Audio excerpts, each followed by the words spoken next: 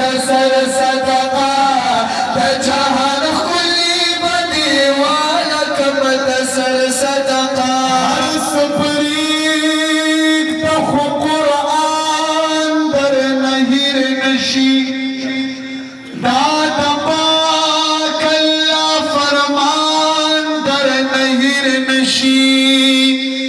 په قرآن چې غاښونه شهیدان شول دا نبی آخر زمان درنه هېر نه شي د بدن وینې قرآن ته صدقه کړه هغه ښکلي اصحابان درنه هېر نه شي او د قرآن خدمت یې کړی په اخلاص دی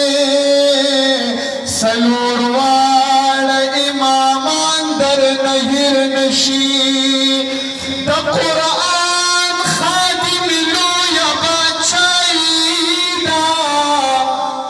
دا د علم لوی شاهان درنه هېر نه شي او فرشتې